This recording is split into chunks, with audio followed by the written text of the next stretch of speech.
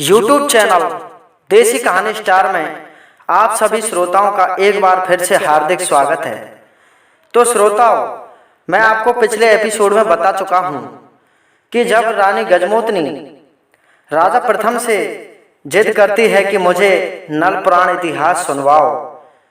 तो राजा प्रथम सभी ब्राह्मणों और काशी पढ़े हुए पंडितों को बुलवा लेता है अपने दरबार में और सबसे पूछता है नल पुराण की कथा, लेकिन कोई भी नहीं सुना पाया नल पुराण की कथा। तो श्रोताओं, जब राजा नल स्वयं ब्राह्मण का वेश रख करके, जो राजा वासुकी ने उन्हें अंगूठी दी थी, जो काया पलट अंगूठी थी, उस काया पलट अंगूठी को पहन करके जब 80 साल के बुढ़े बन जाते हैं और एक बुजुर्ग ब्राह्मण बनकर के राजा प्रथम के दरबार में आ जाते हैं और उन्हें नल पुराण इतिहास की कथा सुनाते हैं, तो श्रोताओं, वो बताते हैं राजा प्रथम को, मैंने आपको पिछले एपिसोड में बता दिया था कि किस प्रकार से राजा नल ने नल पुराण इतिहास गजमोतनी और राजा प्रथम के सामने प्रस्तुत किया था। और जब नल पुराण इतिहास का अंतिम भाग राजा नल ने राजा प्रथम के सामने सुनाया, गजमोतनी कहने लगी कि हे ब्राह्मण, इस संसार में मेरे और राजा नल के अलावा कोई भी नल पुराण इतिहास को नहीं जानता है। तो आप कह रहे हैं कि राजा नल तक्षक के डसने से राजा नल की मौत हो जाती है। ऐसा बिल्कुल नहीं है, क्योंकि मैं पतिव्रता हूँ और अगर राजा नल की मृत्यु हो जाती तो मेरा श्रृंगार नष्ट हो जाता, इसलिए राजा नल की मृत्यु नहीं हुई है। आप गलत कथा सुना रहे हो। तो क्या होता है श्रोताओं, जब गजमोतनी उस ब्राह्मण रूपी राजा नल की कथा को खारिज कर देती है कि ये कहानी गलत बता रहे हो, और उसका हाथ पकड़ के कहने लगती है कि मेरे अलावा और राजा नल के अलावा नल पुराण इतिहास को कोई भी नहीं जानता, तो मैं ये 100% कह सकती हूँ कि हे ब्राह्मण, आप ब्राह्मण के वेश में राजा नल हो। आप ब्राह्मण नहीं हो, आप स्वयं राजा नल हो। तो क्या होता है श्रोताओं, ये बात सुनकर के राजा नल अपनी अंगूठी, जो बाएं हाथ में अंगूठी पहन रखी थी राजा वासुक की दी हुई, उस अंगूठी को अपनी उंगली में से निकाल लेता है, तो एक 18 साल का नौजवान पट्ठा एकदम से उस ब्राह्मण के शरीर में से परिवर्तित हो जाता है और उसे देख करके रानी गजमोतनी तुरंत पहचान जाती है और उसके चरणों में नतमस्तक होके चरण स्पर्श करती है और राजा वीरसेन से कहती है कि महाराज वीरसेन, ये ही मेरे पति हैं राजा नल, और आपको इसने सारी कहानी सुना ही दी कि ये स्वयं आपके ही पुत्र हैं और रानी मंजा से इनका जन्म हुआ है। तो ये बात देख करके राजा वीरसेन बड़े प्रसन्न होते हैं और अपने सभी दरबारियों के सामने, और जो पंडित थे, जो ब्राह्मण था गंगाधर, जिसने ये सारा खेल रचा था, रानी मंजा को वनवास दिला करके, देश निकाला दिला करके, और रानी मंजा के लिए जितनी भी पीड़ाएं यातनाएं मिली, उन सब का जिम्मेदार गंगाधर पंडित और राजा वीरसेन की 100 रानियां थी। तो वो सब ये देख करके आश्चर्यचकित रह जाते हैं और हाथ जोड़कर वीरसेन के सामने गिड़गिड़ाने लगते हैं कि महाराज, इन सब कार्यों को करने के लिए हमें दंडित किया जाए, हमें मृत्यु दंड दिया जाए, क्योंकि रानी मंजा जो निर्दोष थी, उसके साथ में हमने ये सारी साजिश रची थी और इस साजिश के लिए हमें जरूर से जरूर कड़ी से कड़ी सजा मिलनी चाहिए। लेकिन राजा नल ने अपने पिता वीरसेन से पहले ही वचन भरवा लिए थे कि आप किसी को कोई भी सजा नहीं देंगे, तो ही मैं नल पुराण की कथा आपको सुना सकता हूँ। तो उस वचन को ध्यान में रखते हुए राजा वीरसेन किसी को कोई भी सजा नहीं सुनाता है और स्वयं पश्चाताप करने लगता है कि आप इन सब का कारण नहीं हो, मैं खुद इन सब का कारण हूँ और मुझे भी मृत्यु दंड ही स्वीकार है। तो श्रोताओ, ये सारी बातों को राजा नल खारिज करवा देता है और किसी को भी कोई दंड नहीं देने देता है। राजा वीरसेन से मना कर देता है कि किसी को भी कोई दंड नहीं दिया जाएगा। उसी सभा में राजा नल के मामा थे, जहाँ पर रानी मंजा ने जाकर के शरण ली थी। राजा नल और रानी मंजा ने वहीं पर भोजन पानी खाया था। जो बणिया के पुत्र थे, जहाँ पर रानी मंजा ने अपना आधा सा जीवन व्यतीत किया था, 20 साल व्यतीत किए थे। तो क्या होता है श्रोताओं,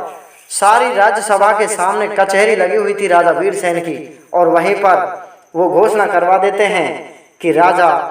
नल का अब इस राजगद्दी पर अधिकार है और मेरी बुद्धि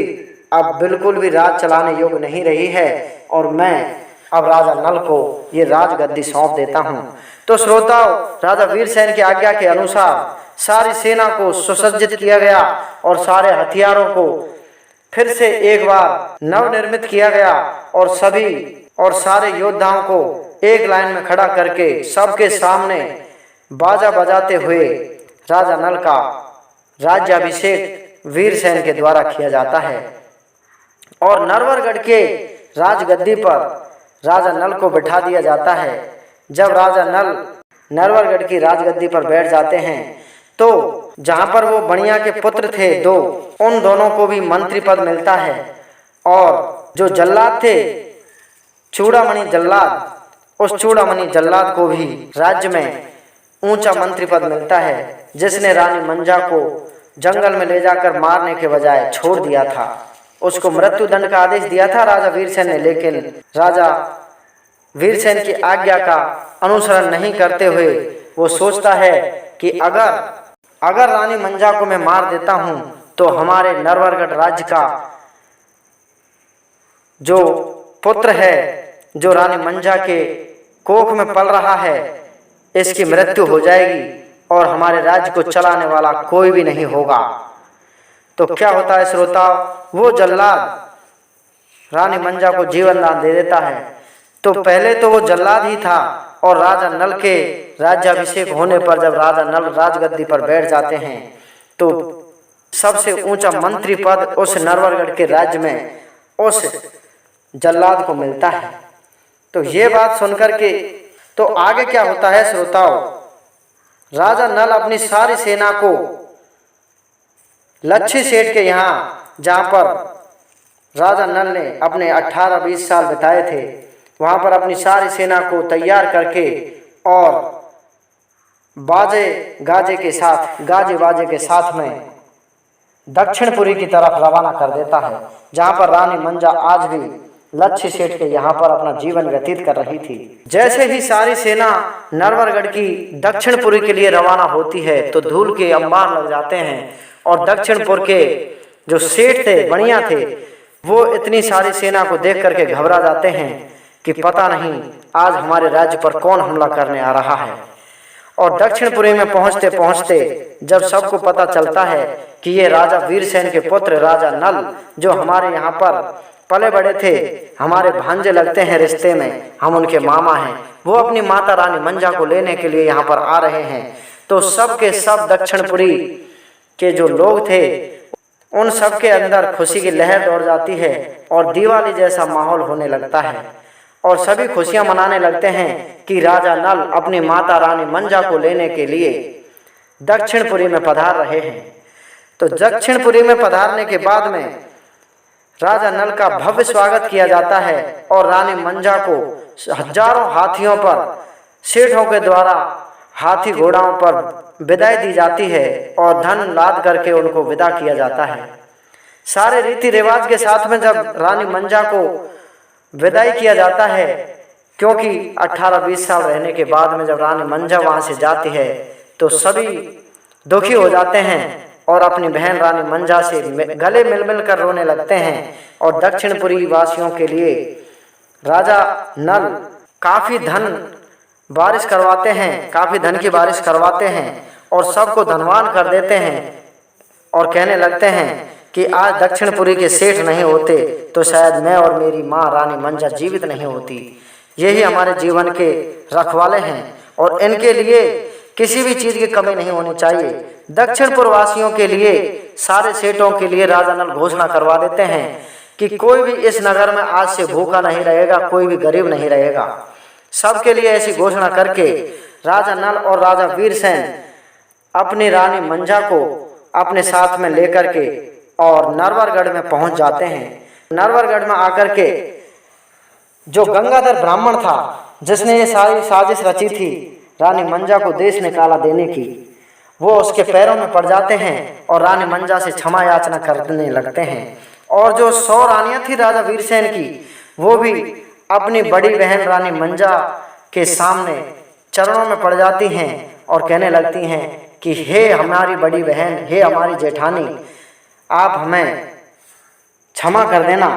क्योंकि हमने तो आपको मारने के लिए काफ़ी साजिश रची थी, लेकिन ऊपर वाला जिसका साथी होता है उसको कोई नहीं मार सकता। और आज अगर आप नहीं होती और हमारा जो ये राजा नल नहीं होता तो हमारे राज्य के वंश को चलाने के लिए कोई भी नहीं होता इस राज्य में और हमारा राज्य ऐसे ही विदीर्ण हो जाता। तो ये कहकर के सारे लोग दुखी होते हैं और रानी मंजा से क्षमा याचना करने लगते हैं। तो राजा वीरसेन रानी मंजा से क्षमा मांगने के लिए आते हैं। तो रानी मंजा राजा वीरसेन से कहती है कि महाराज, आप ऐसे ही अगर बात करोगे तो मैं पतिव्रता हूँ और आप मुझसे क्षमा मांगोगे तो मेरा पतिव्रत धर्म नष्ट हो जाएगा और मुझे बहुत बड़ा पाप लगेगा। आप मुझे बिल्कुल भी ऐसे लज्जित ना करें। ऐसा कहकर के रानी मंजा राजा वीरसेन के चरणों में पड़ जाती है और कहने लगती है कि हे महाराज, आपने आपका राजधर्म निभाया और मेरे साथ माता देवी माता भैमाता रही, उसने मेरी रक्षा की। ये बात सुनकर के राजा वीरसेन बहुत दुखी हो जाता है और मन ही मन अंदर से हृदय से उसके रोने की आवाज़ आती है और आंखों से जल की धारा बहने लगती है। ऐसे दुखी पल को देख करके राजा नल की आंखों में भी आंसू आ जाते हैं और सारी प्रजा, नरवरगढ़ की प्रजा जो ये तमाशा देख रही थी, सारे रोने लगते हैं। राजा वीरसेन और रानी मंजा के मिलन को देख करके सबके आंखों में आंसू आ जाते हैं। तो श्रोताओं, अब राजा नल अपनी राजगद्दी, नरवरगढ़ की राजगद्दी पर विराजमान हैं और इसके बाद में किस प्रकार से राजा नल आगे अपने राज्य को चलाते हैं, इसकी कथा मैं आपको अगले एपिसोड में बताऊंगा। तो श्रोताओं, आप हमारे चैनल को सब्सक्राइब अवश्य करें और आगे की कहानी के लिए 1-2 दिन का इंतजार करें। धन्यवाद।